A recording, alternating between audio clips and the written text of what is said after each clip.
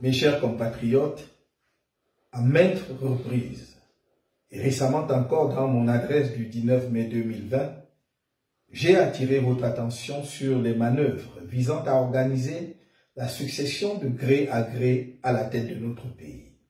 Je puis vous dire aujourd'hui que les choses se précisent. Les artisans du gré à gré sont plus que jamais à l'œuvre.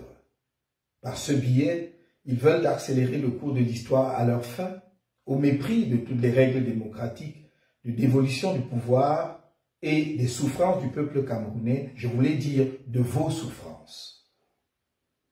Qu'il soit clair pour tous, nous n'accepterons jamais aucune forme de succession de gré à gré à la tête de l'État.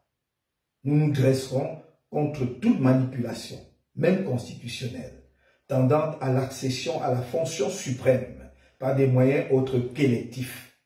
Nous nous mobiliserons contre l'organisation de nouvelles élections populaires au Cameroun sans que soient remplis les deux préalables majeurs que sont la résolution du conflit armé dans le nord-ouest et le sud-ouest et la réforme consensuelle du système électoral. Rien, ni aucune circonstance politique, même exceptionnelle, ne pourra être invoqué pour organiser de nouvelles élections sans le respect de ces deux préalables. Nous n'avons cessé de faire des propositions concrètes pour apporter des solutions idoines à l'une et l'autre situation. Mes chers compatriotes, comme vous le savez, à l'issue de l'élection présidentielle du 7 octobre 2018, le Conseil constitutionnel a porté un coup dur à la démocratie camerounaise en déclarant vainqueur un candidat qui n'avait pas réuni la majorité de suffrages dans les urnes.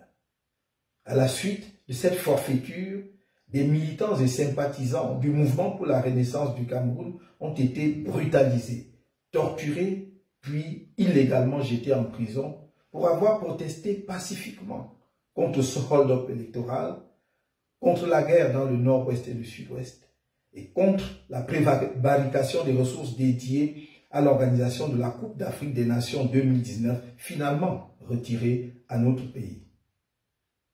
Tous les leviers du pouvoir étaient actionnés contre la résistance nationale au hold-up électoral. Qu'il s'agisse de la police, de la gendarmerie, de l'administration territoriale, des médias publics et même de la justice supposée être l'ultime recours du citoyen. Les artisans de la succession, de gré à gré au sommet de l'État, n'ont rien épargné pour livrer bataille contre le peuple, contre vous, mes chers compatriotes. Mais vous êtes restés debout, fiers de mener le combat pour la libération de notre pays.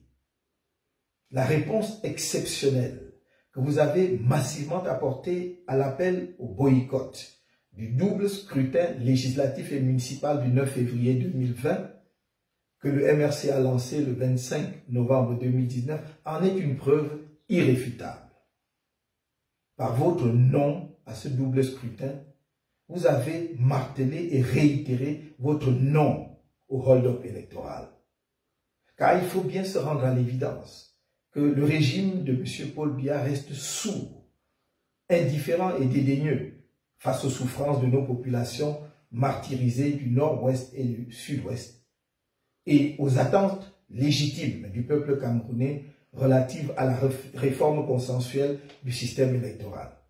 Il sait qu'une telle réforme, si elle est bien menée, sonnerait à coup sûr le glas des élections frauduleuses qui ont tristement émaillé l'histoire de notre pays. Vous comprenez pourquoi ceux qui ne veulent pas d'alternance par la voie démocratique dans notre pays sont à l'œuvre et prêts à franchir toutes les bornes avec l'appui de leurs soutiens extérieurs. Tout cela est en train de se dérouler sous vos yeux. Je vous alerte afin que nul n'en ignore, ni aujourd'hui, ni plus tard. Nous sommes rendus à un tournant de notre histoire. Il s'agit de ces moments où chaque peuple doit trouver au fond de lui-même le ressort et le sursaut indispensables pour choisir le cours de son destin. Par notre vigilance collective et notre sens du devoir patriotique, nous devons épargner à notre pays un nouveau désastre de presque un demi-siècle qu'on lui prépare à travers l'usurpation du pouvoir. C'est pourquoi je réitère avec gravité que faute d'une résolution politique de la guerre civile que le régime de M. Biya a provoquée dans les régions du nord-ouest et du sud-ouest, et sans une réforme consensuelle du système électoral à laquelle auront pris part les principales formations politiques et les organisations de la société civile crédibles, le MRC et le peuple du changement n'accepteront pas qu'une nouvelle élection populaire se tienne au Cameroun. Pas plus qu'ils n'accepteront aucune manipulation de la Constitution visant à organiser une succession à la tête de l'État par un mécanisme non électif. Autant dire que l'annonce de l'organisation d'une élection au Cameroun, sans la résolution préalable de ces deux crises qui minent notre pays, sonnera comme une déclaration de guerre. Et tous ceux qui engageront le pays dans une telle aventure répondront devant notre peuple et devant l'histoire. Trop, c'est trop.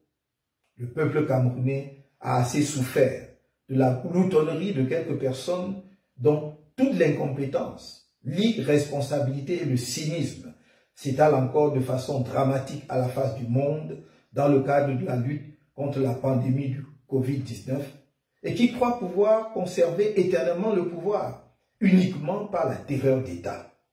Il est temps que la dévolution du pouvoir dans notre pays passe enfin par des processus démocratiques admis dans toutes les sociétés modernes. Que le peuple camerounais ait la possibilité de se donner librement et dans la transparence des dirigeants légitimes qui sont tenus de lui rendre compte sur la gestion des affaires publiques. Nous sommes prêts. La torture, les emprisonnements arbitraires et les humiliations, nous les connaissons déjà. 15 d'entre nous, dont le premier vice-président du MRC, Mamadou Yakuba Mota, sont encore en prison. Et si la mort doit venir pour cette cause, qu'elle vienne. Tenez-vous prêts, mes chers compatriotes, afin qu'ensemble, nous engagions la phase ultime de la lutte pour la libération du Cameroun et l'avènement de la démocratie dans la vie politique de notre pays. Vous devez enfin pouvoir peser sur le destin de notre nation. Compter sur un meilleur avenir pour vos enfants, construire un pays fort et lui assurer un rayonnement international. Parce que la voie des élections démocratiques pour l'accès au pouvoir est celle que nous avons choisie résolument depuis le début de notre engagement politique, je vous invite et vous réitère mon appel à vous inscrire massivement sur les listes électorales pour que le moment venu, l'expression de votre choix soit massive, nette et sans appel. Ceci est un appel à la mobilisation générale des Camerounais de tous les bords pour sortir notre pays de la nuit d'une dictature ivre du pouvoir et du fruit de la rapine et ouvrir une page nouvelle de la construction nationale, celle d'une société libre, fondée sur l'état de droit, ouverte et qui donne à chacun de ses enfants sa chance. Je vous l'ai dit, je ne vous trahirai jamais. Vive le Cameroun!